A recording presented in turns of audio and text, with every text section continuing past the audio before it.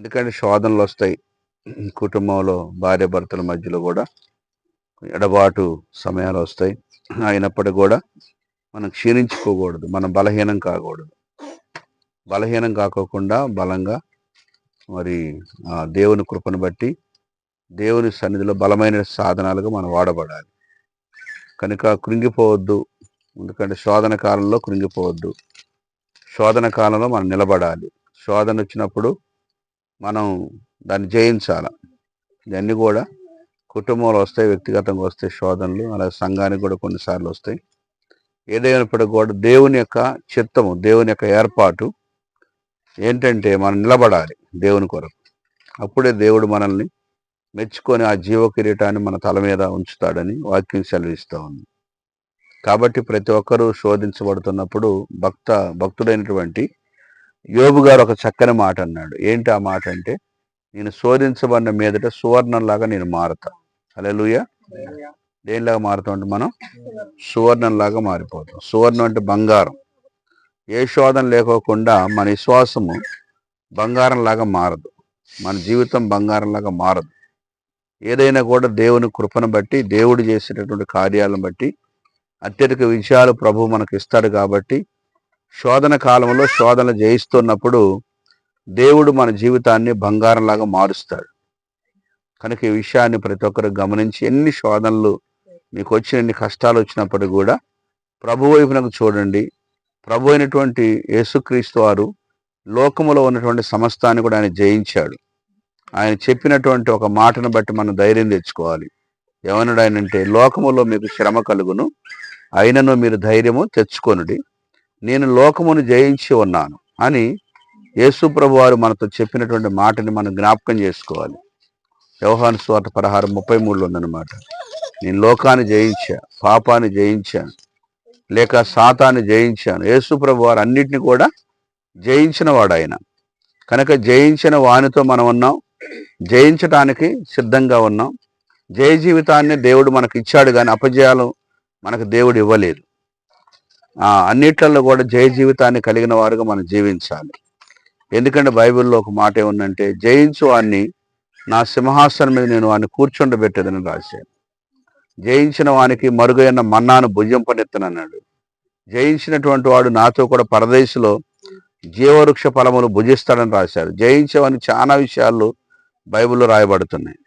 కాబట్టి మనం అపజయం అనేటటువంటిది మన కళ్ళ ముందు లేకుండా జయ జీవితాన్ని కలిగిన వారుగా జీవించాలంటే దానికి యేసు ప్రభువే కారణం. యేసు ప్రభు లేకపోతే మనకి ఏ విషయాలు కూడా గొప్ప విజయం రాదు. అన్ని అపజయాలే జీవితంలో. కాబట్టి ఈ విధంగా మనం ఆలోచించుకున్నప్పుడు ప్రతి విషయములు కూడా దేవుడు ఎన్నో గొప్ప కార్యాలు, మహిమగల కార్యాలు మన జీవితాల్లో చేయబోతున్నాడు. ముందు శ్రమలు ఉంటాయి, తర్వాత మనకి మహిమ ఉంటుంది. హల్లెలూయా. ముందేముంటాయి? మనకి శ్రమలు ఉంటాయి. ముందు శోధన ఉంటుంది, తర్వాత దాని మీద జయం కూడా మనకి ఉంటుంది. కష్టాలు ఉంటాయి, దాని తర్వాత నెమ్మది కూడా ఉంటుంది. అంతే కదా. చీకటి ఉంటుంది, దాని తర్వాత వెలుగు కూడా ఉంటుంది. అంటే ప్రతిదానికి ఆపోజిట్. అంటే మనకి ఏదైతే ఈరోజు వ్యతిరేకంగా జరుగుతున్నాయో పరిస్థితులన్నీ కూడా, ఆ వ్యతిరేకతలు అన్నిటి కూడా మరలా తిరిగి దేవుడు అన్ని కూడా సమకూర్చి తగిన జవాబుని, తగిన ప్రతిఫలాన్ని దేవుడు మనకి ఇస్తాడు. హల్లెలూయా. అందుకే లోకంలో ఉన్నటువంటి వారికి ఎవ్వరికి లేనటువంటి గొప్ప నిరీక్షణను దేవుడు మనకిచ్చాడు ఈ రోజున. అదనమాట. లోకంలో కష్టం వచ్చిందనుకో, తర్వాత నెమ్మది కలుగుతున్నాడు తెలియదు. వాడు ఏం చేస్తాడంటే చివరికి తను తాను హాని చేసుకునే ప్రయత్నం చేస్తాడు. అది లోక సంబంధులు. కనుక రోగం వచ్చిందనుకోండి, నేను బాగుపడతాను విశ్వాసం వాళ్ళకు ఉండదు. ఏమో నేను ఏమైపోతా, చచ్చిపోతాను. మనం ఏమనుకుంటాం, మరణ పంచుల్లోకి వెళ్తున్న సమయాల్లో కూడా దేవుడు నన్ను స్వస్థపరుస్తాడు కదా అని విశ్వాసం మనకు ఉంటుంది. కాబట్టి ప్రతి విషయంలో కూడా దేవుని పైన విశ్వాసంతో మనం ముందుకు వెళుతున్నప్పుడు అంతా కూడా గొప్ప విషయాన్ని కూడా దేవుడు మనకి అనుగ్రహిస్తాడు. ఎవరి ద్వారా? యేసు ప్రభు ద్వారా. ఎందుకు? ఆయన లోకాన్ని జయించిన వాడు కాబట్టి మనం కూడా జయించడానికి సిద్ధంగా ఉండాలి. అది దేవుడు మనకు నేర్పే పాఠాలు. కనుక ఈ రోజున మనం ఎక్కువగా దేవునిలో ఎక్కువగా ఏ విషయాలు ఎక్కువగా ఉండాలో ఒక 3 విషయాలు నేను మీకు జ్ఞాపకం చేయాలని ఆశపడుతూ ఉన్నాను. యోహాను సువార్త 21వ అధ్యాయంలో 15వ వచనాన్ని మనం దేవుని వాక్యాన్ని మనం చదువుకొని ముందుకు వెళ్దాం. దయచేసి గమనించండి. యోహాను సువార్త 21వ అధ్యాయము 15వ వచనం. వారు భోజనం చేసిన తర్వాత యేసు సీమోను పేతురును చూసి, యోహాను కుమారుడు అయిన సీమోను, వీరికంటే నీవు నన్ను ఎక్కువగా ప్రేమించుచున్నావా అని అడగగా అతడు, అవును ప్రభువా, నిన్ను ప్రేమించునని నీవే ఎరుగుదు అని ఆయనతో చెప్పాను. చిన్న ప్రార్థన. దయగలిగిన మా తండ్రి, నమ్మదగిన మా దేవ, సర్వాధికారి గొప్ప దేవుడా, వందనాలు చెల్లిస్తున్నా. వాక్యం ద్వారా మా అందరితో మాట్లాడి మమ్మల్ని అందరినీ ప్రత్యేకంగా మీరు బలపరచును. ఆయన దేవా, ఇదిగో మీ సేవకు నన్ను కూడా మీరు ఎత్తిపట్టండి, బలపరచండి. నా నోటిలో నీ మాటలు ఉంచి నీ బిడ్డలకు ఏది అవసరమో వాటిని మాత్రమే మాట్లాడడానికి కావాల్సిన కృపనివ్వండి. మహిమ ఘనత ప్రభావాలు మీకే చెల్లిస్తున్నాం. యేసయ్య నామాన్ని బట్టి ప్రార్థించడిగి వేడుకొనుచున్నాం తండ్రి, ఆమేన్. దేవుని స్తోత్రం కలుగును గాక. బైబిల్ గ్రంథంలో మనం మరి యోహాను సువార్త 21వ అధ్యాయంలో 15వ వచనాన్ని మనం చదువుకున్నాం. యేసు ప్రభువారు ఆయన శరీరధారిగా ఈ లోకానికి వచ్చారు. శిలువ మీద మనందరి కొరకు మరణించారు. రక్తమంతా కార్చి ప్రాణాన్ని బలి చేసి 3వ రోజున తిరిగి లేపబడ్డారు. ఆయన 3వ రోజున ఆయన తిరిగి లేచారు. కాబట్టి ఈ తిరిగి లేచారని నమ్మకం, విశ్వాసం అనేటటువంటిది మొట్టమొదటిగా ఆయన శిష్యులలో కలిగించడానికి కొన్ని సందర్భాల్లో 2-3 పర్యాయాలు ఆయన ప్రత్యక్షం కావాల్సి వచ్చిందనమాట. అంటే యేసు ప్రభు యొక్క పునరుద్ధానం మీద మొట్టమొదటి శిష్యులకు కూడా నమ్మకం లేదు. ఎలా నమ్మకం లేదంటే, యేసు ప్రభు వారు చనిపోయిన తర్వాత వాళ్ళు ఏం చేస్తూ ఉన్నారంటే, వారు ఏ వ్యాపారం నుండి అయితే ప్రభు వారు నడిపించి మీరు చేపలు పట్టొద్దు, మిమ్మల్ని మనుషులను బట్టే జారలుగా మిమ్మల్ని చేస్తానని చెప్పి వాగ్దానం చేసి వారిని పిలిచాడో, ఆ పిలుపును, ఆ ఏర్పాటును కూడా వారు మరిచిపోయిన స్థితిలో ఉన్నారు. అదనమాట. కనుక వారు ఏమనుకున్నారంటే, యేసు ప్రభు వారు చనిపోయారు, యేసు ప్రభు బాడీ తీసుకెళ్ళి ఆయన సమాధి చేశారు, కాబట్టి మనం ఇక మళ్ళీ చేపల వ్యాపారం చేసుకుందాం, మళ్ళీ చేపలు పట్టుకుందాం అని అదే స్థితిలోకి వెళ్ళిపోయారు. ఏ స్థితి నుండి వారిని పిలిచాడు దేవుడు, మళ్ళీ ఆ స్థితిలోకి వారు వెళ్ళిపోయారు. వారు పిలువబడింది దేని కొరకు? మనుషులను, ఆత్మలు రక్షించడానికి పిలువబడ్డారు. కానీ ఆ విషయాన్ని మర్చిపోయారు. వాళ్ళు మర్చిపోయి మళ్ళీ చేపలు పడటానికి వాళ్ళు వెళ్ళారు. వెళుతున్నప్పుడు యేసు ప్రభు వారు సమాధి చేయబడి తిరిగి లేచిన తర్వాత వారి దగ్గరికి వెళ్ళినప్పుడు కొద్దిసేపటి తర్వాత ప్రభువును గుర్తుపట్టి ప్రభు సుమి అనగానే మరి సీమోను పేతురు కూడా ఆ లోపలికి సముద్రం దూకాడంట. ఎందుకంటే ఒక వ్యక్తి, ముందు ఉన్నటువంటి వ్యక్తి ఏ యొక్క దారిలోకి వెళ్తున్నాడు, ఏ స్థితిలోకి వెళ్ళిపోతా ఉన్నాడో మిగతా శిశువులందరూ కూడా ఆ విధంగానే తయారైపోయారు. మరి ఎందుకంటే మనం కొన్నిసార్లు అంటాం కదా, విశ్వాసులు అంటే గొర్రె పోకడది. అంటే ఒక గొర్రెపై గోతెల పడతారు, అది గోతెల పడదు కదా, మరి మనం పక్కా పోవాలని చెప్పి అనుకోదంటే ఈ గొర్రె, అది గోతెల పడుతుంది. అట్లాగా మొట్టమొదటిగా పిలుచుకున్నటువంటి శిష్యుడైనటువంటి పేతురు గారు ఆయన చేపలు పడతా నేను పోతున్నాను అని చెప్పగానే మిగతా వాళ్ళందరూ కూడా బలహీనమైపోయారు. అంటే మొదట నడిపించబడుతున్న వ్యక్తులైన మనం మొట్టమొదట బలహీనం కావద్దు. దేవుని నామానికి స్తోత్రం. సంఘం యొక్క బాధ్యతలు దేవుడు మనకు అప్పగించినప్పుడు, మరి సంఘంలో ఉన్నటువంటి ఒక పెద్దలుగా మనం సంఘాన్ని మనం మెయింటైన్ చేస్తున్నప్పుడు, సంఘాన్ని మనం నడిపిస్తున్న కాలంలో కొన్ని కష్టకాలాలు, కొన్ని దుఃఖ దినాలు, కొన్ని శోధనలు వస్తూ ఉంటాయి. వచ్చినప్పుడు ప్రభువు పిలిచిన పిలుపుని మర్చిపోయి, దేవుని ఏర్పాటు మర్చిపోయి మళ్ళీ లోకానుసారంగా బలహీనమైపోయినటువంటి స్థితిగతులు ఉన్నామనుకోండి, ఉన్నటువంటి వారు మనం నడిపించలేం.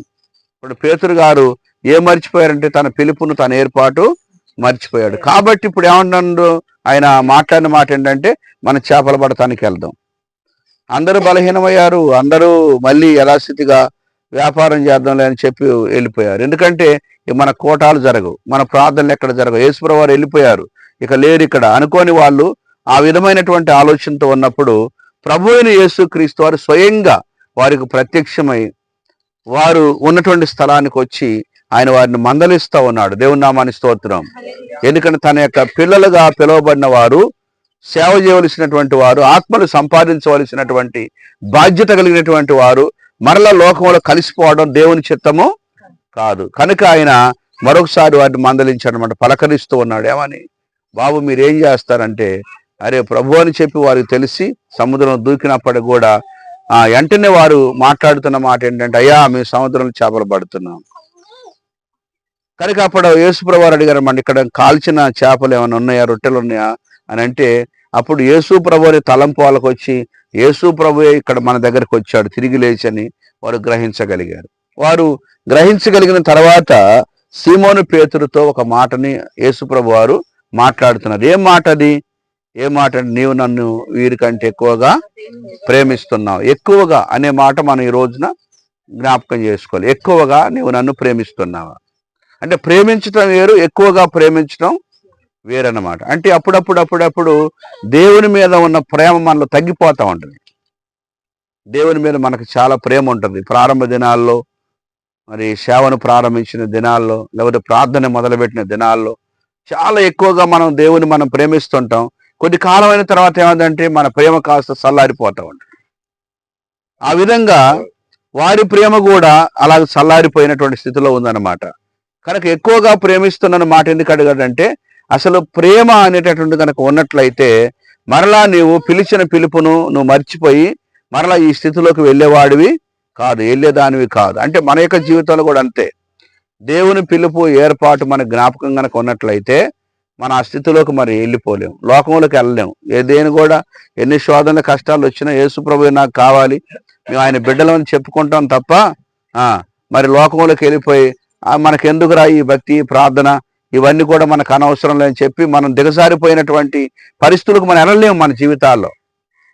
కాబట్టి ఇక్కడ ఎక్కువగా ప్రేమిస్తున్నావా అనే మాటని మనం గమనించాలి. అంటే దేవుని యొక్క ఉద్దేశం ఏంటంటే ఆయన్ని ఎక్కువగా మనం ప్రేమించాలని ఆయన కోరుతూ ఉన్నాడు. దేవుని నామానికి స్తోత్రం.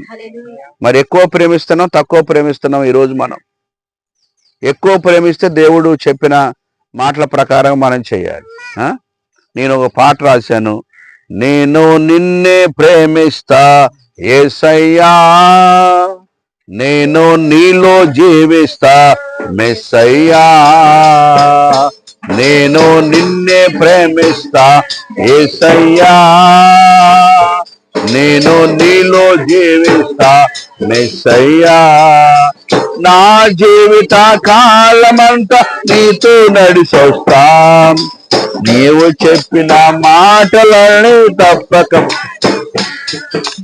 నా జీవిత కాలమంతా నీతో నడిచొస్తా, నీవు చెప్పిన మాటలని తప్పక పాటిస్తా, నేను నిన్నే ప్రేమిస్తా యేసయ్యా, నేను నీలో జీవిస్తా మెస్సయ్యా.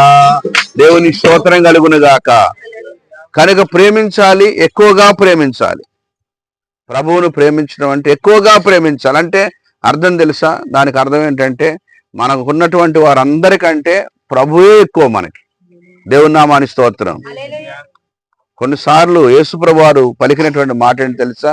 నీ భార్య కంటే, నీ భర్త కంటే, నీ తల్లిదండ్రుల కంటే, నీ సహోదరుల కంటే, నీ సహోదరుల కంటే, నీ బంధువుల కంటే కూడా ఎవరెక్కువ మనకి? దేవుడు ఎక్కువ. ఆ విధమైనటువంటి ఆలోచన యేసు ప్రభు కూడా ఒక మంచి మాట ఏమన్నంటే, నీవు నాకంటే ఎక్కువగా ఎవరినైనా దేన్నైనా కూడా ఎక్కువగా ప్రేమిస్తే నీవు నాకు పాత్రుడు కాదు, నా బిడ్డగా నువ్వు జీవించలేవు. అంటే మన యొక్క ప్రేమ ఏంటి? అయ్యో నా భర్త కదా, నా భార్య కదా, నా పిల్లలు కదా అని వాళ్ళ గురించే ఎక్కువ తహతహలాడిపోతూ ఉంటాం. వాళ్ళ గురించి బాగా ఆలోచన. అంటే వద్దని కాదు, భర్త వద్దు, పిల్లలు వద్దు, భార్య వద్దనే సంగతి కాదు. కానీ వారికంటే ఎక్కువగా ప్రభువును ప్రేమించినటువంటి ఆ యొక్క లక్షణాలు మనలో ఉండాలి. అంటే ఎలా ప్రేమించగలుగుతాం చూడండి. కొంతమంది బంధువులు వస్తే వెంబడే ప్రార్థన మానేస్తారు. అంటే బంధువులు రాగానే మా చుట్టాలు వచ్చారు కాబట్టి మేము చర్చికి రాము, వాళ్ళు కలిసి వండుకుందండి. నిన్న ఒక సహోదరికి నేను ఫోన్ చేశాను, అమ్మ ఏంట్రా అంటే, మా అత్తయ్య ఇచ్చిందయ్యా, ఆమె తినేట రాలి. మరి ఆమె హిందూరాలా క్రైస్తవురాలా అంటే, ఆమె క్రైస్తవురాలే. క్రైస్తవు రాలే కానీ ఇద్దరు కలిసి వండుకొని తినటానికి సరిపోయిందంట. అందుకే మేము రాలేకపోయినామని చెబుతుంది. కాబట్టి ఈ రోజున ప్రభువుని ఎక్కువగా ప్రేమిస్తే నీకున్నటువంటి వారు ప్రార్థనకు ఆటంకమైనప్పుడు వారిని కూడా విడిచిపెట్టి నువ్వు ప్రభు కంటే ఎక్కువేంటి అని చెప్పి అవసరమైతే వారిని ప్రభువు దగ్గర నడిపించేదానంగా మనం ఆలోచించాలి. కానీ వాళ్ళతో పాటు మనం కూడా ప్రార్థన మానేసి దేవుళ్ళు లేకోకుండా మనం లోకస్తుల్లాగా మనం ప్రవర్తిస్తే ఎక్కువ ఎలా ప్రేమించినట్టు అవుతుంది? ఎక్కువ ప్రేమించినోడు ఆరాధన జరుగుతా అంటే ఇంట్లో ఉంటాడా, వీధుల్లో ఉంటారా, దేవుని విడిచిపెట్టి వెళ్ళిపోతారా, మందిరం విడిచిపెట్టి వెళ్ళిపోతారా? ఎక్కువగా దేవుని ప్రేమించినటువంటి వారి యొక్క జీవితాల్లో మరి ఆ యొక్క ప్రేమ అనేటటువంటిది కనపడుతున్నది కదా.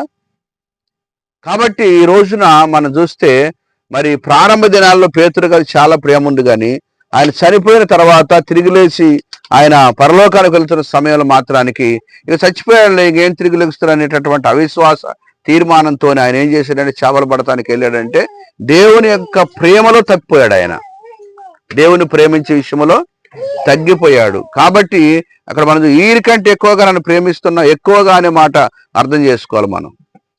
అందుకని బైబిల్ గ్రంథంలో రాస్తున్నాడు ఇక్కడ, ఎక్కువగా మనం నన్ను ప్రేమిస్తే కింది భాగం 16 వచ్చిన చదవండి దయచేసి. అది 21. ఆయన యోహాను కుమారుడు అయిన సీమోను, నన్ను ప్రేమించున్నావా? రెండోసారి అడిగినప్పుడు అతడు అవును ప్రభువా, నేను ప్రేమిస్తున్నానని నీవే ఎరుగుదు అని ఆయనతో చెప్పాను. ఆయన నా గొర్రెలను కాయమని చెప్పాను. దేవుని నామాని స్తోత్రం. అదనమాట. అంటే ఆ పని దేవుడు అప్పగించిన పని. ఏం పని? గొర్రెలను కాసే పని. గొర్రెలు కాసే పని అనగా ఆత్మలను కాపాడే పని పేతురు గారికి దేవుడు అప్పగించాడు. కనుక ఆ పని విడిచిపెట్టి ఈ పనికి వెళ్ళిపోయారు. దేవుడు మనం పిలుచుకున్న పిలిపేంటో మనం అర్థం చేసుకోవాలి. దేవుడు ఒక పరిచర్య కొరకు పిలిచాడా, లేదా సంఘంలో పెద్ద గుంటాన్ని పిలిచాడా, లేకపోతే సంఘాన్ని కాపాడడం కొరకు పిలిచాడా దేవుడు? ఆ పిలుపుని బట్టి మనం ఏం చేయాలంటే, దేవుడు నన్ను దీని కొరకు నన్ను పిలుచుకున్నావు కాబట్టి నా బాధ్యతగా, నాకు చెప్పిన బాధ్యత నేను తప్పకుండా అది నేను చేస్తాను. అదనమాట. కనుక ఇక్కడ ఏంటి, నా గొర్రెలను కాయి అంటే గొర్రెలను కాసేటటువంటి ప్రయత్నంలో లేడు, కానీ చేపలు పట్టే ప్రయత్నంలో ఉన్నాడు. దేవుడు నామాని స్తోత్రం. చేపలు పట్టేటటువంటి వాడినే కదా పిలిచిన దేవుడు. మరలా ఎప్పుడు అక్కడికి వెళ్ళకూడదు కదా. అయితే ఇక్కడ మనం గమనించాలి, ఈ లోకంలో నుండి పిలువబడుతున్న ప్రతి ఒక్కరు కూడా ఏం చేస్తారంటే మళ్ళీ లోకంలోకి వెళ్ళిపోతూ ఉన్నారు, మళ్ళీ పాపంలోకి వెళ్ళిపోతూ ఉన్నారు, మరలా తిరిగి అపవాది యొక్క బంధకాలకు వెళ్ళిపోతూ ఉన్నారు, మరలా తిరిగి దేవుని విషయాల్లో దేవుడు ప్రేమించడానికి బదులుగా దేవుని ప్రేమించకుండా లోక సంబంధమైనటువంటి శరీర కోరికలను ఎక్కువగా మనుషులు ప్రేమిస్తూ ఉన్నారు. అందువల్ల ఇక్కడ మనం గమనించాలి, దేవుని పని మనం చేయవలసిన పనులన్నీ కూడా స్ట్రక్ అయిపోతా ఉన్నాయి. దేవుని కొరకు మనం ఎంతో పని చేయాలి, ముందుకెళ్ళాలి మన విశ్వాసంతో. మరి ఆ పని అంతా కూడా మనకి నిల్వ చేయబడతా ఉంది, అంటే ఆగిపోతా ఉంది ఆ పని అంతా కూడా. కాబట్టి నా గొర్రెల మేపు, నువ్వు నిజంగా నన్ను ప్రేమిస్తే ఏం చేయాలంటే దేవుడు యేసుప్రభువు వారు చెప్పిన మాట, నా గొర్రెల్ని నువ్వు నాటి మేపు. దేవుని నామాని స్తోత్రం. అదనమాట. కనుక దేవుడు నన్ను పిలిచాడు, లేకపోతే తిమోతేయ గారు పిలిచాడు. ఎందుకంటే ఆయన గొర్రెలైనటువంటి మిమ్మల్ని కాపాడడానికి, కాయటానికి. ఇక అదే పనిలో ఉండాలి, అదే పని ఉండాలి. కానీ ఎక్కడ వ్యాపారం, ఏడా డబ్బులు దొరుకుతాయి ఏదని మేము తిరిగినాం అనుకో, మొత్తం సంఘం అంతా కూడా చల్లా చెదురైపోద్ది.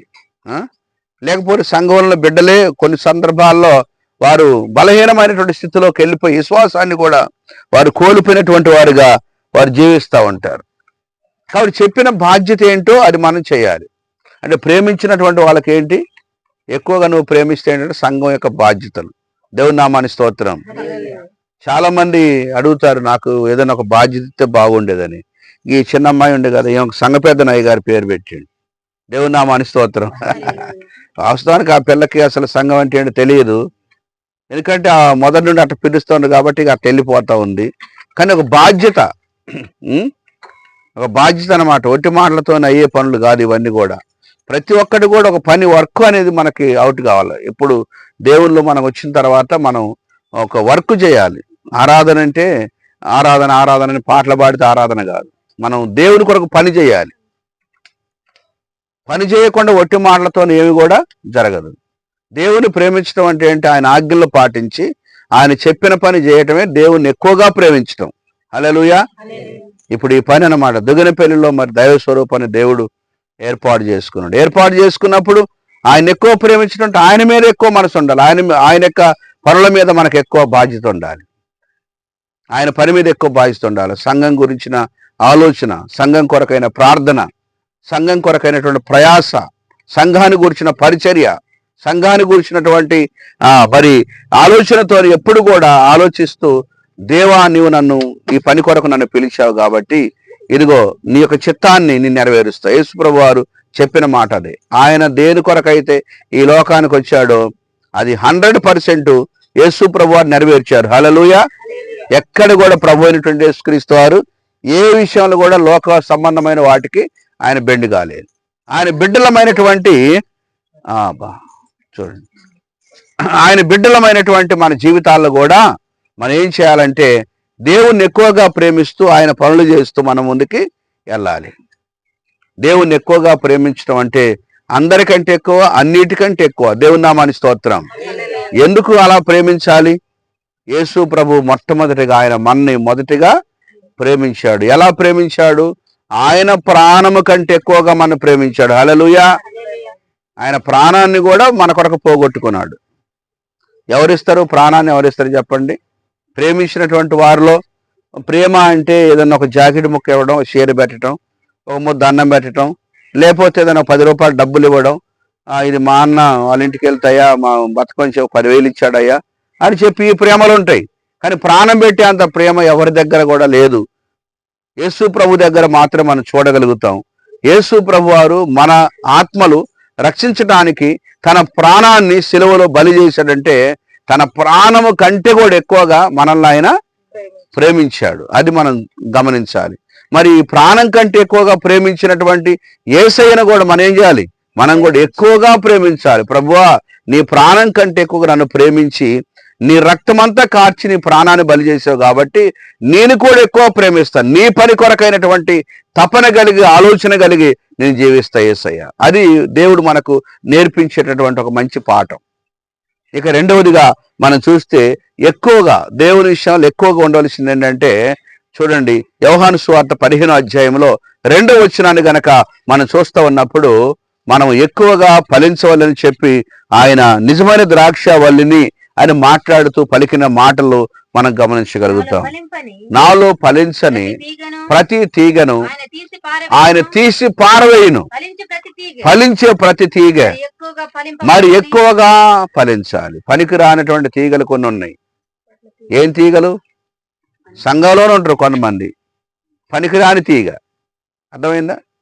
కనుక పనికిరాని తీగలు పారెత్తినట, ఉన్న తీగలు బాగా ఫలిస్తాయట. దేవుని నామాని స్తోత్రం. నీ నిజమైన ద్రాక్షవల్లి నా తండ్రి వ్యవసాయకుడు. యేసు ప్రభు వారు చెప్పిన మాట. కనుక ఈ నిజమైన ద్రాక్షవల్లికి అంటుగట్టబడిన తీగలన్నీ కూడా ఎక్కువగా ఫలించాలి. అంటే ఫలించే దానికంటే కూడా అధికముగా ఫలభరితమైన జీవితం కలిగి ఉండాలి. దేవుడు కూడా మనతో చెప్పాడు, మీరు ఆత్మలో ఫలించండి, ఆత్మ ఫలము ఫలించాలి. దేవుడు నమ్ముకున్న ప్రతి ఒక్కరు ఆత్మ ఫలం ఫలించాలి. మారు మనసునకు తగిన ఫలం ఫలించాలి, వెలుగు ఫలం ఫలించాలి. దేవుడు తన బిడ్డల్ని ఫలించాలని చెప్పి దేవుడు ఎక్కువగా కోరుకుంటా ఉన్నాడు. అయ్యా ఎట్లుంది పరిస్థితి అంటే ఏదోలే ఉన్నాంలేండి అన్నట్టుగా మనం చెప్పకూడదు. మన సాక్ష్యం యేసు ప్రభువుని నమ్ముకున్న తర్వాత అన్ని విషయాల్లో కూడా మేము ఫలించి అభివృద్ధి పొందాం, వర్ధిల్లామనే సాక్ష్యం మన నోట నుండి వచ్చును గాక. అదే మాట మనకు రావాలి. ఏదోలే అప్పట్లో మంచిగానే ఉండేది, కానీ ఇప్పుడు యేసు ప్రభువుని నమ్ముకున్న తర్వాత అన్ని కష్టాలు, బాధలు, శ్రమలు, శోధనలు వస్తూ ఉన్నాయి. అన్నీ ఇలాంటివే, కానీ మాకు ఎప్పుడు కూడా ఏం కలిసి రాలేదని కొంతమంది మాట్లాడుతూ ఉంటారు. కనుక ఇక్కడ ఏం రాయబడుతూ ఉంది?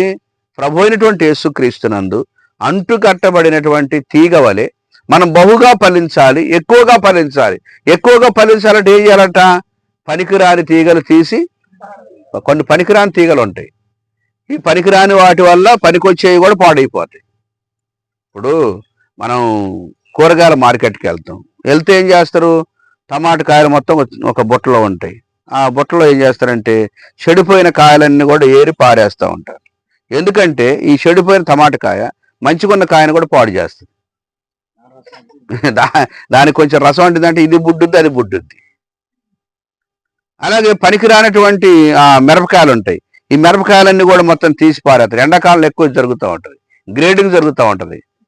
వాళ్ళు అమ్మేటప్పుడు గ్రేడింగ్ చేసి అమ్ముతారు. మంచి కాయలన్నీ కూడా ఒక బుట్టలో వేసి చెడిపోయినన్ని కూడా తీసేస్తారు. అంటే అట్లనే ప్రతి కూరగాయ కూడా ఏమైందంటే మనం ఏదైనా చూడండి, చెడిపోయింది కనుక పక్కన ఉంటే మంచిదాన్ని పాడు చేస్తుంది. దేవుని నామాని స్తోత్రం. కనుక ఇప్పుడు ఈ ఫలించని తీగను ఏం చేయాలి చెప్పండి? తీసి బయట పారవేయాలి. ఆ తీగ బయటికి వెళ్ళిపోతుంది. ఆ తీగ బయటికి వెళ్ళిపోతుంది అంటే అర్థం చేసుకోవాలి, మనం ఎప్పుడైనా సరే పనికిరానటువంటి వాళ్ళు ఇంట్లో ఉన్న, సంఘంలో ఉన్న, ఇక వాళ్ళ ద్వారా రోజు రోజుకి ఒక సమస్య తప్ప సమాధానం అయితే, సంతోషం అయితే జరగదు, అది రాదు కూడా.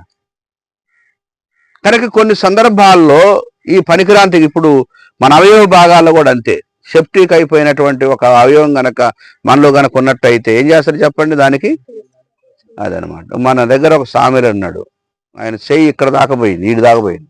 చిన్నప్పుడు మంచి తల్లి గర్భంలో వచ్చేటప్పుడు మంచిగానే కాళ్ళు చేతులు అన్ని బాగానే ఉన్నాయి. ఎందుకు పోయిందయ్యా నీకని అడిగాను నేను. నాతో ఆయన సేవకు తిరుగుతున్న కాలం అంటే, అయ్యగారు నాకు సైకిల్ దొక్కుతా ఉంటే కింద పడిపోయా, నేను కింద పడితే నా చెయ్యి ఫ్రాక్చర్ అయిపోయింది. ఫ్రాక్చర్ అయితే ఒక నాటుకట్టు వేసి ఆయన దగ్గరికి వెళ్ళి నాటుకట్టు వేయించుకున్నా. ఎప్పవలసిన సమయంలో ఆ కట్టు ఎప్పలేదు, ఎప్పకపోతే ఆ చెయ్యి మురిగిపోయింది అన్నాడు. మరి ఏం చేసామంటే భద్రాచలం తీసుకుపోయి డాక్టర్ గారు చెప్పిండంట, ఈ చెయ్యిని ఇక్కడ దాకా నరుకుతా, ఇక్కడ కట్టేసిన చెయ్యి ఈడికి మురిగిన దాకా వాళ్ళు అక్కనే ఉన్నారు, ఈడి దాకా నరికి పడేసింది. ఎందుకు నరకవలసి వస్తుంది అని అంటే, ఈ చెడిపోయిన దాన్ని గనక మంచి ఈ దేహంలో గనక ఉంటే ఈ యొక్క సెప్టిక్ అనేటటువంటిది ఈ దేహం అంతా వ్యాపిస్తుంది. వ్యాపించిన కారణం వల్ల ఏమైంది, మొత్తం కూడా పాడైపోతుంది. దేహం అంతా పాడైపోయి మనిషి బతకడం. ముందు మనిషి బతకాలంటే ఏం చేయాలి? సెప్టిక్ అయినటువంటి అవయవాన్ని తీసి పారేయాలి. దేవుని నామానికి స్తోత్రం.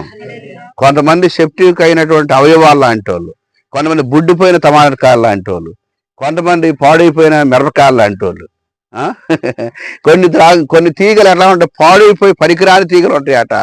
ఈ తీగలన్నీ కూడా ఏం చేస్తాయంటే, పనికొచ్చే తీగలు బాగా ఫలించి ఎక్కువగా ఫలించి తీగలు కూడా ఏం చేస్తాయంటే అవి ఫలించుకోకుండా ఈ ఆటంకంగా ఉంటాయి. కాబట్టి ముందు ఈ పనికిరాని వాటిని తీసేస్తున్నట, పనికొచ్చే తీగలు మరి ఎక్కువగా ఫలించును. దేవుని నామానికి స్తోత్రం. అది మనం గమనించాలి. కాబట్టి కొంతమంది గురించి మనం అనుకుంటాం, అయ్యో ఎట్లా ఇది అని చెప్పి అనుకుంటాం. కానీ మన జీవితాల్లో ఎక్కువగా ఉన్నవాళ్ళు ఫలించడం గల కారణం ఏంటంటే పనికిరాని తీగల లాంటి విశ్వాసులే దానికి కారణం. అర్థమైందా? సెప్టిక్ అయిన అవయవం లాగానే వీళ్ళు కూడా ఉంటారు. కనుక ఆ విధంగా ఉంచుకోవడం మంచిది కాదు. అంటే దేవుని యొక్క వాక్య ప్రకారంగా మనం చూసినప్పుడు ఎక్కువగా ఫలించడానికి ఏవి కారణం అంటే, మనం దేవునిలో మనం నిలబడ్డాము, ఆయన ప్రేమలో ఉన్నాం, ఆయన మాటల్లో ఉన్నాం, ఆయన కొరకు మనం జీవిస్తున్నాం, సేవలో ఉన్నాం. మనం మన జీవితాల్లో మనం ఎక్కువగా ఫలిస్తున్నాం, కానీ కొన్ని ఆటంకాలు వస్తూ ఉన్నాయి. దేవుని నామానికి స్తోత్రం. ఫలించడానికి, సంఘం అభివృద్ధి పొందటానికి, సహవాసం విస్తరించడానికి, సంఘం ముందుకు పోవడానికి కొన్ని అభ్యంతరాలు, ఆటంకాలు ఉన్నాయి. కనుక మనం ప్రభువుని అడగాల, దేవా ఏదైతే పనికిరాదో, ఎవరి ద్వారా అయితే ఆటంకం అనేది ఉందో, ఈ ఆటంకాలు అనేటటువంటి తొలగిపోవాలంతే. దేవుని నామానికి స్తోత్రం. అదిగనమాట. కనుక మాటి మాటికి మనం బతిలాడుకొని ఎన్నోసార్లు సంఘానికి విరోధంగా మాట్లాడినా, సేవకు విరోధంగా మాట్లాడినా, మందిరానికి విరోధంగా మాట్లాడుతున్నప్పుడు కూడా, అయ్యా నువ్వు లేకపోతే దిక్కులేదు అని మనం ఎన్నోసార్లు తెచ్చిపెట్టుకున్నా కూడా మళ్ళీ పరిస్థితి ఏంటి? అది మళ్ళీ చెడిపోయిన మాటలు, చెడిపోయినటువంటి పరిస్థితులే. దేవుని సేవకుల మాట వినేది లేదు, మరి చేసుకున్న భార్య మాట వినే పరిస్థితి లేదు. చూసినప్పుడు ఎవరన్నా కన్న కొడుకులాగా, అయ్యా ఇట్లా కాదు నా డాడీ అని ఎంతో ఓర్చుకొని, దేవుని బిడ్డలు ఎంతో నీతిగా భక్తిగా ఉన్నటువంటి వారి మాట కూడా వెనకొని నేను చచ్చిపోతా, ఇప్పుడు నేను వెళ్ళిపోతానంటే మరి దానికి ఎవరేం చేస్తారు? ఇవన్నీ చెడిపోయిన తీగలు లాంటివి. కనుక మనం ఎక్కువగా ఫలించాలి అనుకున్నప్పుడు కొన్ని ఆటంకాలు ఉన్నాయి. కాబట్టి ఈ ఆటంకాల కొరకు మనం ప్రార్థన చేయాలి. దేవుని నామానికి స్తోత్రం. అయ్యా మా సంఘం ఫలించకపోవడానికి గల కారణం ఏంటో, ఏ ఆటంకాలు ఉన్నాయో అవి తొలగించునైనా. ఎందుకంటే దుగ్గనపల్లిలో మందిరం కట్టుకోవడం, సంఘం కట్టుకుంటున్నాం, కానీ ఎప్పుడు చూసినా ఒక 2-3 ఉండటం కాదు. మన సంఘం ఫలించాలంటే ముందున్నటువంటి ఆ తీగలు, అంటే ఆ సాక్ష్యం అనేది మన విశ్వాసంలో మన సాక్ష్యం మనం నిలుపుకోవాలి. మన ముందు సాక్ష్యం లేకోకుండా ఏ సంఘంలో కూడా బలమైనటువంటి, దృఢమైనటువంటి మరి అవకాశాలు ఉండవన్నమాట. ఎప్పుడు చూసినా కూడా ఒక నీరసం, ఎప్పుడు చూసినా ఒక బలహీనత, ఏదోలే అన్నట్టుగా ఉంటుంది. కాబట్టి ఎక్కువగా ప్రేమించడం యేసు ప్రభువుని, అలాగే ఎక్కువగా ఆయనలో ఫలించడం అనేది మనకు చాలా ప్రాముఖ్యమైనది. అందుకన్నాడు, నేను ద్రాక్షవల్లిని, మీరు ఏమైనారట? అందరు తీగలు, ఒక్కొక్కరు ఒక్కొక్క తీగ. మనందరం ఒక తీగలాగా ఉన్నాం. ఈ తీగలన్నీ ఫలిస్తే ద్రాక్ష చెట్టు ఫలిస్తే ఆ ద్రాక్షలు ఆ వ్యాపారం చేస్తే అక్కడ పైకి వెళ్తే అమిత బోల్డ్ డబ్బులు వస్తాయి. అంటే అర్థం చేసుకోవాలి, పరలోకానికి మనం చేర్చబడేంత వరకు మన సాక్షి జీవితాన్ని మనం కాపాడుకోవాలి. దేవుని నామాని స్తోత్రం. ఏదో ఒక 2 రోజులు మంచిగా ఉండటం మళ్ళీ చెడిపోవటం, ఏదో 2 రోజులు మంచిగా ఉండటం మళ్ళీ తర్వాత మళ్ళీ ఎలా స్థితి, ఏదో 2 రోజులు బాగుండటం భక్తిగా ఉండటం, క్రిస్మస్ పండుగ అప్పుడు మంచిగా ఉండటం తర్వాత మళ్ళీ ఎలా స్థితి కానీ. అలా కాదు మన సాక్షి జీవితం అనేటటువంటిది. ఓరి మనిషి స్థిరమైన మనిషి కాదులే, నమ్మకంగా ఉండేవాడు కాదులే, నిలబడేటోడు కాదులే, ఆయన మాటలు అంతేలే, ఇట్లా సాక్ష్యం ఉంటుందా? ఉండదు. ఒక మనిషి దేవుని కొరకు నిలబడాలి. బైబిల్ ఏమన్నాడు? ఆయన ప్రేమ మీద మీరు నిలిచి ఉండండి, ఆయన మాటల్లో మీరు నిలిచి ఉండండి. నిలబడాలి. తీగ ద్రాక్షవల్లు నిలబడి ఉంటేనే గాని తనంతట తానే ఫలించదు. దేవుని నామాని స్తోత్రం. కొంతమంది మన బెదిరించిపోతా ఉంటారు అన్నమాట. ఇక నేను ఉండాలి, వెళ్ళిపోతాను ఇక్కడ. ఇప్పుడు చెరువు మీద నక్కలిగిందట. చెరువు మీద నక్కలిగితే నక్కకి ఎడుతుంది తప్ప చెరువుకి ఏమవుతుంది? దేవుని నామాని స్తోత్రం. దేవుని మీద అలిగితే ఏం చేస్తాం? చావకుడు అలిగితే ఏమవుతుంది? చక్కగా బతికేదానికి ఆయన ఒకడు ముద్ద తిని ఆయన నీడపట్టు నుండి కూలర్ దగ్గర ఫ్యాన్ పెట్టుకుని ఆయన ఉండేదానికి అన్ని చికాకులు ఇబ్బందులు పెట్టి చాలా ఒక చెడిపోయిన తీగలాగా తయారైపోతుంది. అర్థమైందా? కనుక దేవుడు మాట్లాడుతున్న మాట ఏంటి? ఈ రోజున మనం ఎక్కువగా దేవుల్లో ఫలించాలి, ఆత్మ ఫలములు ఫలించాలి. దేవుని నామాని స్తోత్రం. ఆ విధంగా ఫలించకపోవడానికి కొన్ని కారణాలు ఉన్నాయి. ఆ కారణాలు ఏవైతే ఉన్నాయో వాటి గురించి మనం, ప్రభువా ఇవన్నీ కూడా కాదు, నీ కొరకు మేము ఫలించేటట్లుగా మమ్మల్ని వృద్ధిలోకి నడిపించాలి మా సంఘాన్ని మనం ప్రార్థన పూర్వకంగా మనం ముందుకెళ్ళాలి. ఇక 3వ మాట మనం చూస్తే 2 కొరింథీ పత్రిక 8వ అధ్యాయంలో నుండి 3వ వచనం దేవుని వాక్యం చదువుతాం. ఏ విషయాల్లో ఎక్కువగా ఉండాలి మనం అంటే, ప్రేమించే విషయంలో, రెండవదిగా ఫలించే విషయంలో ఎక్కువగా ఫలించాలి దేవుని కొరకు. తర్వాత 3వ వచనం 8వ అధ్యాయం 2 కొరింథీ 8వ అధ్యాయము 3వ వచనం దేవుని వాక్యం చదువు. నీ కృప విషయములోను, పరిశుద్ధుల కొరకైన పరిచర్యలోను, పాలు పొందు విషయములోను మనపూర్వకంగా మమ్మల్ని వేడుకొనుచు వారు తమ సామర్థ్యము కొలదేగాక సామర్థ్యము కంటే ఎక్కువగాను తమంతట తాము ఇచ్చిరని మీకు సాక్ష్యం ఇస్తున్న దేవుని నామాని స్తోత్రం. ఇక్కడ మాసిదోనియా సంఘాల గురించి అపోస్తలుని పౌలయ్య గారు సాక్షి చెప్పారు కొరింథీ సంఘానికి. అంటే మిగతా సంఘాలు, ఎఫెసు సంఘం ఉంది, ఆ సంఘానికి ఫిలిప్పీ సంఘం ఉంది, ఇంకా కొరింథీ సంఘం ఉంది. ఈ సంఘాలన్నిటికీ కూడా సాక్ష్యం అన్నమాట. ఏ సంఘం మాదిరికరంగా ఉందంటే మాసిదోనియా సంఘం. మాసిదోనియా సంఘములో ఉన్నటువంటి వారు నిరుపేదలుగా ఉన్నారు. నిరుపేదలు అంటే ఏంటి? కట్టుకోవడానికి సరైన వస్త్రం లేక, ఉండటానికి సరైన ఇల్లు లేక, తినటానికి సరిగా కూర లేని పరిస్థితులలో కూడా వారు విశ్వాసాన్ని వారు కాపాడుకొని జీవించారు. పౌలు గారు తన, అయ్యా మేము నిరుపేదలుగా ఉంటే ఉన్నాం, కానీ సేవ జరగాలి కదా, కనుక సేవ కొరకు ఈ సాకారంగా మేము ఉంటామని చెప్పి ప్రతి ఒక్కరు కూడా దేవుని యొక్క సేవకులకి అండగా నిలబడటానికి వారు ఇష్టపడ్డారు. ఆ మాసిదోనియా సంఘం యొక్క సంగతులు వారి యొక్క సాక్ష్యం అంతా కూడా తీసుకుని వచ్చి కొరింథీ సంఘానికి పౌలు గారు తెలియజేస్తున్నారు. తమ సామర్థ్యము కంటే కూడా ఎక్కువగా ఇచ్చారు. ఎందుకు ఇచ్చేది? అయ్యగారు బాగుపడాలని కాదు. ఇక్కడ ఏంటంటే దేవుని సేవ జరగాలి. హల్లెలూయా. ఎక్కువగా ఇవ్వడం అన్నమాట. ఉన్నది కొంచెమే అయినా కూడా ఈ దేవుని పరిచర్య కొరకు మనం వాడదాం అని ఒక ఆలోచన. కనుక మనకి కొన్ని సందర్భాల్లో మనం చూస్తే మన సామర్థ్యం ఉంటుంది, కానీ ఇవ్వలేని స్థితిలో కూడా కొన్నిసార్లు మనం బలహీనమైపోతుంది. సామర్థ్యం ఉండి కూడా ఇవ్వలేని వాళ్ళు ఉన్నారు. సామర్థ్యం ఉన్నప్పుడు ఇవ్వడానికంటే దేవుని పరిచర్య కొరకు, ఈ దేవుని పరిచర్య కొరకు ఇగో ఈ డబ్బులు వాడండి అయ్యా, ఇదిగో ఈ యొక్క దేవుని పరిచర్య కొరకు వీటిని వాడండి. నిజంగా మా సంఘంలో కొంతమంది బిడ్డలు అయితే చాలా వాళ్ళు ప్రేరేపించబడతా ఉంటారు ఈ విషయాల్లో. ఎక్కువగా మనం దేవుని కొరకు ప్రయాసపడి ఎక్కువగా దేవునికి ఇవ్వాలి అని ఒక ఆలోచన. ప్రియమైన దేవుని బిడ్డలారు గమనించండి, ఈ రోజులలో పరిచర్యను ప్రేమించి పరిచర్య ముందుకెళ్ళాలి, మనం సామర్థ్యం కంటే ఎక్కువగా ఇవ్వాలి, కొత్త సంఘాలు కట్టాలి, కొత్త ఆత్మను రక్షించాలి, స్వార్థ భారాన్ని మనం పెంచుకోవాలి అనే ఆలోచన ఏ ఒక్కరిలో కూడా లేదు. ఉన్నోళ్ళే విశ్వాసంలో బలహీనమైపోయి ఉన్నటువంటి వాళ్ళే పోవాలా వద్దా, ఈరోజు ఆరాధనకి వెళ్ళాలా వద్దా అని చెప్పి మనమే బలహీనం అయిపోతే మనం ఎక్కువ దేవుని సేవను ఇంకెక్కడ ప్రోత్సహిస్తాం మన జీవితాల్లో? కనుక ఇక్కడ దేవుని వాక్యం ఏమంటుందంటే సామర్థ్యము కంటే కూడా మాసిదోనియా సంఘాల్లో ఉన్నటువంటి నిరుపేదలైన వారు దాతృత్వంగా ఇవ్వడానికి ప్రారంభించారు. వారు ఎక్కువగా ఇవ్వడానికి ప్రారంభించారు. హల్లెలూయా. నేను అంటాను, పౌలు గారి యొక్క పరిచర్యలో మాసిదోనియాలో ఉన్న నిరుపేదలైన వారి ద్వారా ఎక్కువ సేవ జరిగిందట. ధనవంతుల ద్వారా, బలవంతుల ద్వారా జరగలేదు, ఉద్యోగస్తుల ద్వారా జరగలేదు, డబ్బు సంపాదించిన వారి ద్వారా కూడా మనం కొన్నిసార్లు ఏమనుకోనంటే సార్కి జాబ్ ఉంది కదా, ఏమైనా ఉద్యోగం ఉంది కదా, వాళ్ళకి ఇది ఉంది కదా, వాళ్ళు అయ్యరా అంటాం మనం. అది కాదు. నిరుపేదల ద్వారా జరిగినంత సేవ ధనవంతుల ద్వారా ఎప్పుడు కూడా బైబిల్లో జరగలేదు. దేవుని నామానికి స్తోత్రం. అంటే కొన్ని సందర్భాల్లో ఒక నిలబడ్డరేమో ఒకళ్ళిద్దరు కానీ మిగతా సేవ అంతా కూడా యేసు ప్రభు కాలం కానీ, అపోస్తుల కాలం కానీ, సంఘాలు గట్టి యుగములు కానివ్వండి, సేవంతా కూడా ఎక్కువగా ఎవరి మూలంగా జరిగిందని నిరుపేదలుగా ఉన్నటువంటి వారే ఎక్కువ దేవుని సేవను ప్రోత్సహించారు. వారు దేవుని పరిచర్య కొరకు ప్రేరేపించబడ్డారు. రావడానికైనా, ఇవ్వడానికైనా, చెయ్యటానికైనా, దేనికైనా కూడా వారు సిద్ధంగా నిలబడ్డారు. దేవుని నామానికి స్తోత్రం కదా. మనం అనుకోవాలన్నమాట, ఎక్కువగా నేను దేవుని సేవకు సహకారిగా ఉండాలి. అర్థమైందా? ఎక్కువగా నేను దేవుని పరిచర్యకు సహకారంగా ఉండాలి. ఎక్కువగా సేవకునికి